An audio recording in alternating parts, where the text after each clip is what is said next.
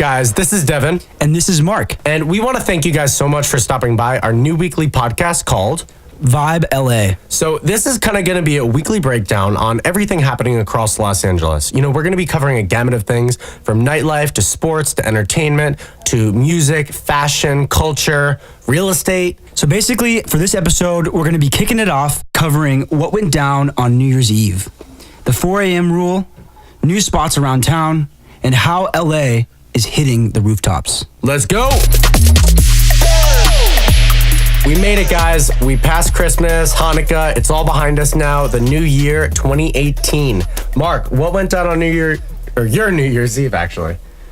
Well, trying to remember, had to go to a therapist to unblock those memories. Jesus. But basically, I started it off with a private house party. Went down there, DJ'd a bit over in North LA.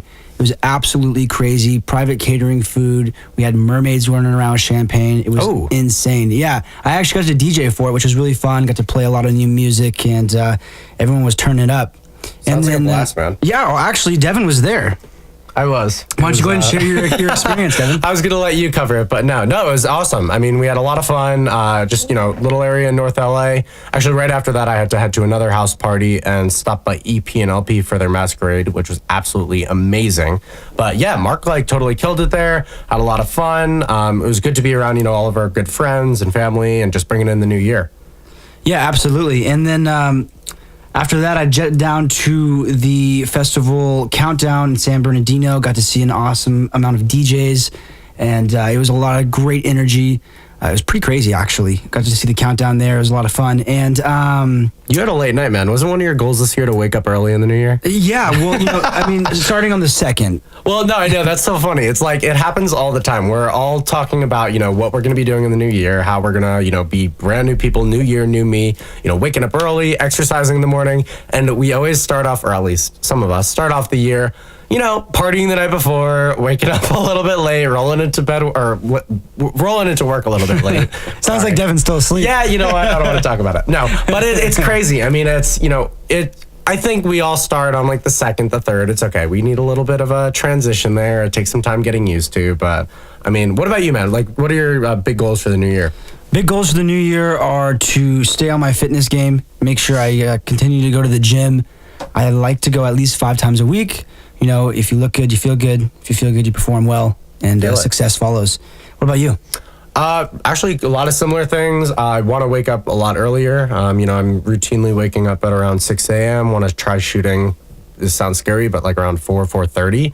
Well, you know what they say. The average millionaire actually wakes up before 5 a.m.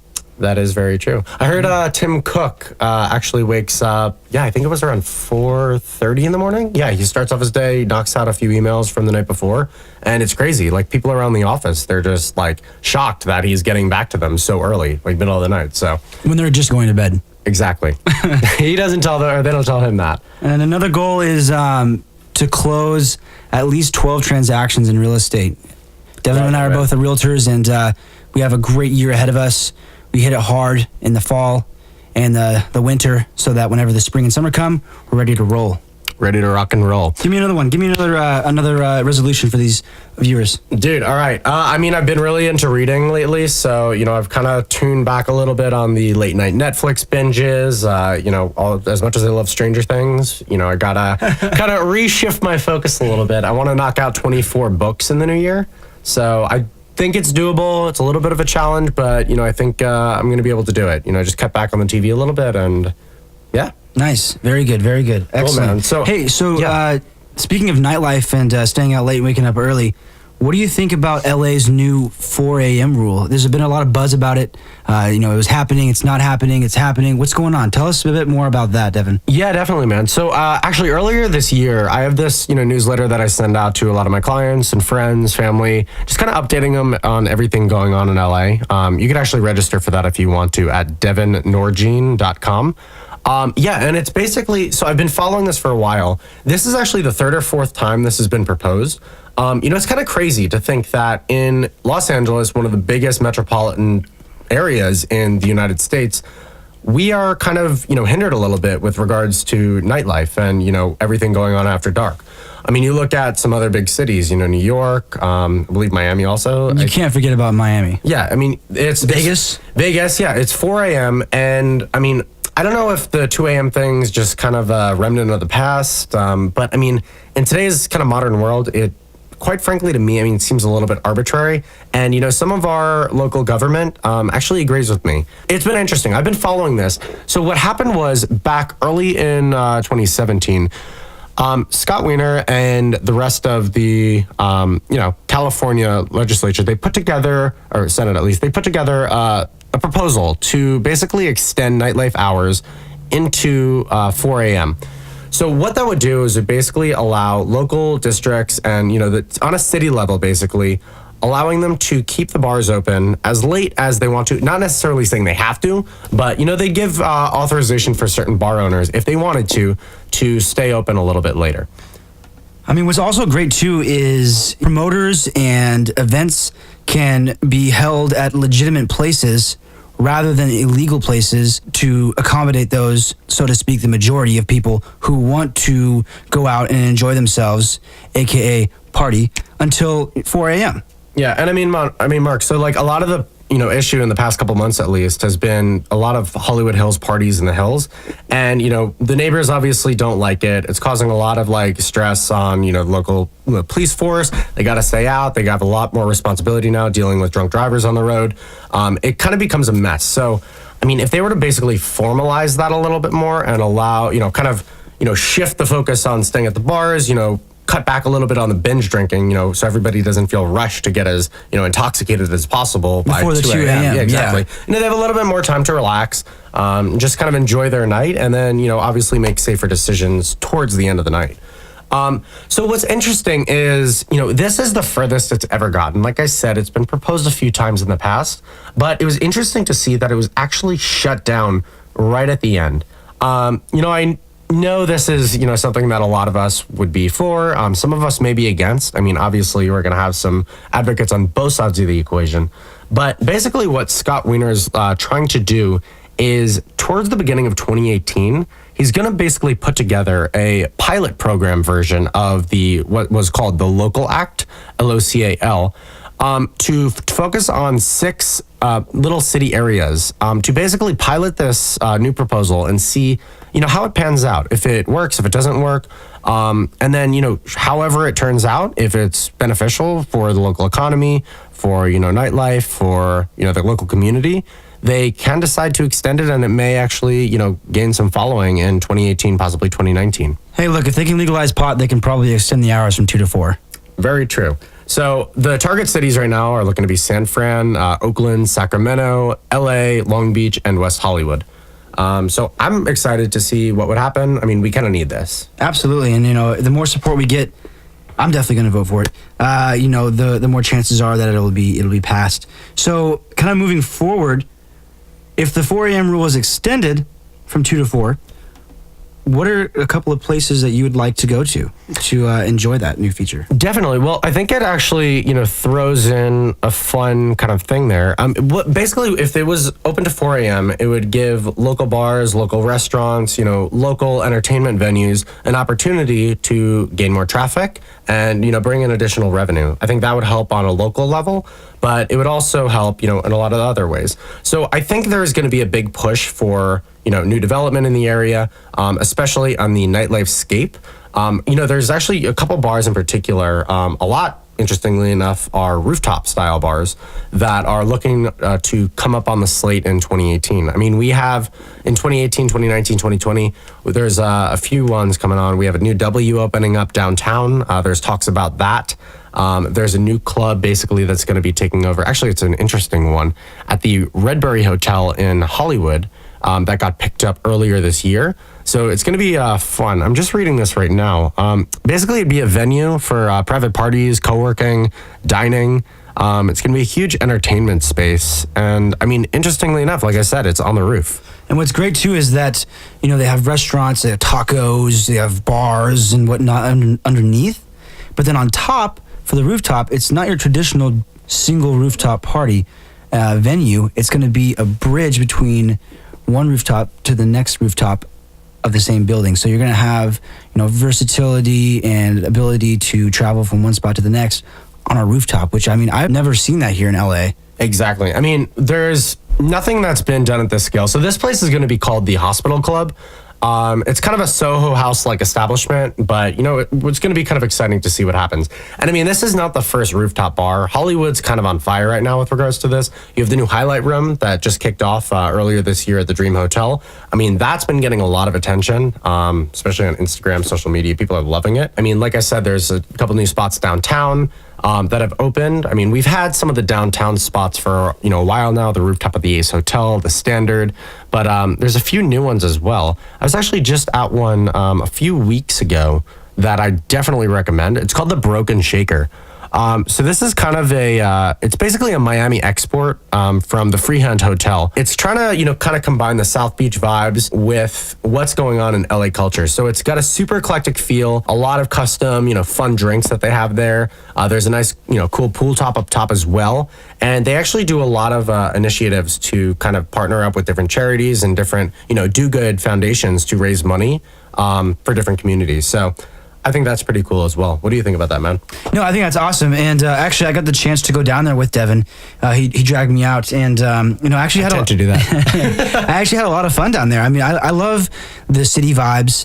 I love Miami. I love Las Vegas. I love LA, of course, my home city. But I mean, it had kind of a vibe of both. It was Miami and LA, and I just love whenever there's two things together. I think it's really interesting. It brings a whole new vibe. It attracts new people, and especially when you get tourists coming in from these areas, they feel a bit more at home and a bit more relaxed. And it's just honestly a really good marketing strategy, and I think it's going to go pretty far. Dude, definitely. Hey, I mean, back to the New Year's Eve thing. I mean, something I notice, and it's actually been shifting a little bit, in a positive sense. But, in the past, LA, to be honest, hasn't been a New Year's Eve destination. It was way back when, kind of in, the 70s and 80s. It kind of took a slight downturn. People have been heading out to, Vegas or, heading around town, Mexico sometimes, just to kind of get out. Yeah, New York, just to kind of get a little bit more of a city vibe, kind of fun atmosphere. I honestly see that shifting. If this 4 a.m. rule passes, and they actually gain some traction there, along with kind of how these rooftop bars are opening up left and right, rooftop restaurants. I mean, let's be real. Wouldn't you agree that the city kind of lends itself to that? Yeah, I mean, I definitely think that, the LA area, West Hollywood is definitely going to leave an imprint on the map as far as destinations to go for big events, such as New Year's Eve, for example. Yeah, New Year's Eve. I mean, Halloween's big. We have kind of the whole big party going on in West Hollywood on Santa Monica.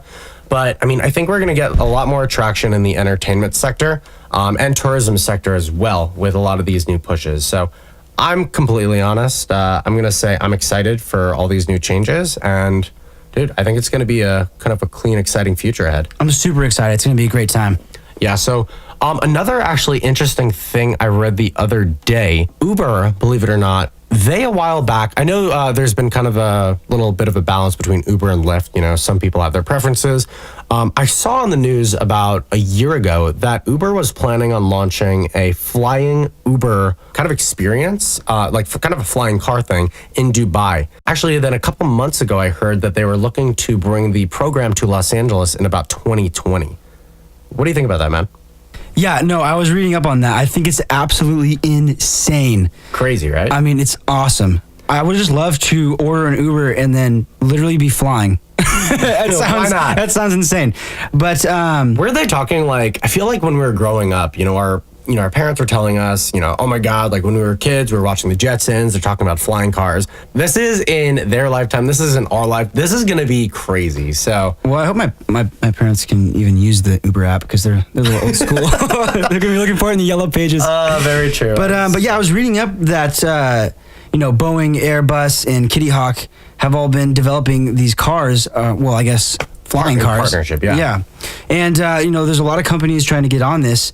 And Uber first introduced its plan to bring ride sharing to the skies. Yeah, dude, it's kind of insane. I mean, I'm excited. It's going to completely transform a lot in terms of getting around Los Angeles. I mean, there's a lot of issues right now with, Los Angeles transportation. I mean, Elon Musk with his Boring Company is, digging tunnels right now or trying to dig tunnels across LA. Our public transportation, it's not, I mean, the best, but it's good to see that a lot of companies, private companies, are taking the initiative to try to kind of clean that up a little bit and make it a little more efficient and easier to get around the city. Yeah, absolutely. I wonder kind of what the regulations and guidelines are going to be about this. So this is definitely going to be something that we should definitely talk about in a future episode. And also, too, I mean, that must be a hell of a fare. They might take payment in Bitcoin. That could be crazy. I saw Ripple, like one of those other currencies, just shot up from like 77 cents to like $2.50. There's some analysts are saying it's going to hit $50 this year. I don't know. Are you in the whole? Actually, yeah, I was actually looking on my my app at Ripple. I was looking to invest in it. I wanted to watch it a little bit, but like you said, it just jumped up. So I wanted to actually pump in a little bit of cash in there and see kind of where it goes. Because I mean, look, think about it. $2.50. Not that big of a deal. A lot of people are skeptical about investing in these cryptocurrencies. I understand that, but look, if you just invest $100 here, $100 there, in these these small amounts of cryptocurrency, it can explode and shoot up, just like Bitcoin. Maybe not as much, but still, it's basically free money. I mean, yeah, there's a lot of debate kind of on either side of the table.